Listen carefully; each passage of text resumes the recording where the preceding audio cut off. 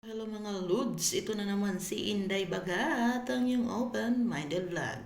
And for today's video, pag-usapan natin kung meron nga bang posisyones na ayaw ng mga babae pagdating sa bakbakan. So, mga dudong, kailangan makinig kayo mabuti mga dudong dahil para may makuha kayong mga kunting tips or kaalaman tungkol sa mga bagay-bagay na ganito.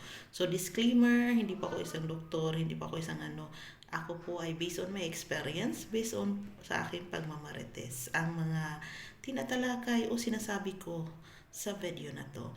So, kami mga babae, mga dodong, wala may mga libog, no? Anong walang libog? Yung mga, wala kaming mga, sa Tagalog pa, iba kasi yung libog sa ano, Bisaya, tas iba din yung meaning ng libog sa Tagalog. Wala kaming ano na gusto namin ng ganito or ganyan. Lahat ginagawa namin para naman masatisfy kayo, para maging masaya kayo. Kahit labag yan sa aming kalooban, lahat ginampanan namin ng maigi para kayo ay mapasaya lamang, no? Kahit kami ay nasasaktan na, no, mga dodong. Kahit ayaw na ayaw namin yan, kahit nandidiri na kami sa mga pinapagawa ninyo, go pa rin kami, laban pa rin kami ng laban para di kayo maghanap ng iba dyan. So, meron at meron naman talagang dalawang, sa tingin ko, ito yung parang mga bagay na minsan akala nyo na napasaya nyo yung babae pero nasasaktan po ninyo. No? So, anuhin nyo ako kung ito ba or hindi. Kasi based on my experience talaga. Ito yung number one is yung pilit na pinapakain o sinusubo.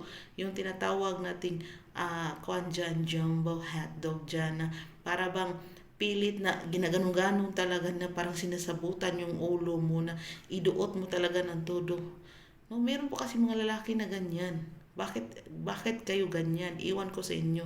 Bakit hindi nyo hintayin na kaya niya ba yung lamunin ng buo or hindi niya kaya? Bakit gusto nyo parang masuka-suka na yung babae, parang na ano na, nabara na yun sa lalamunan, parang gusto nyo talaga ano sa kanya, yung sinasabunot nyo na yung ulo. Nasasaktan na po yung babae pero feel ninyo hindi, mas naanuhan pa kayo, nai-enjoy pa kayo na makita nasasaktan yung babae. So it's a wrong po, dodong, no? Antayin nyo, bad trip ang babae sa mga ganyang lalaki, no? So antayin nyo na siya yung kusa na mag-ano, hindi yung talagang sabunutan nyo ng buhok, tas i-ano-ano nyo talaga, kawawan mo yung babae, dodong.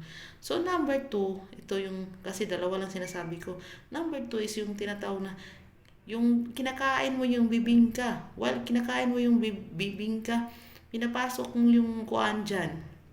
Doon sa bibingka, pinapasok mo yung tinatawag nating dalawang daliri. No?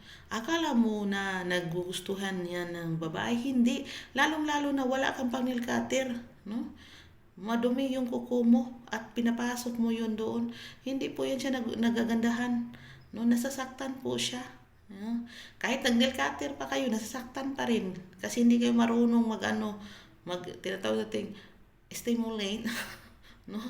Natatawa na lang ako kasi hindi naman kasi kayo marunong paano yung tamang paghandle ng ganun. Pasok lang kayo ng pasok doon sa while kinakain, pasok kayo ng pasok. Hindi naman talaga yan ang gusto ng mga babae.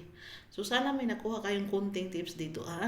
Bawal ipuwersa ang babae na to the max mo talaga anuhin yun siya na hindi naman talaga. It's a bad naman talaga. Hindi yan talaga. Wrong yan mga dodong. At pangalawa, yung habang kinakain mo yung bibingka, pinapasukan mo kung hindi dalawa, tatlo, apat. Dodong, hindi po yan na anuhan yung mga babae dyan. Mas nasasaktan po sila sa ginagawa ninyo.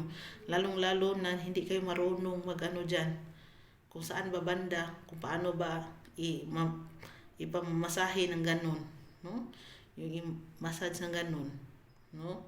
Sana may nakuha kayong kunting kaalaman dito lang. Di ba?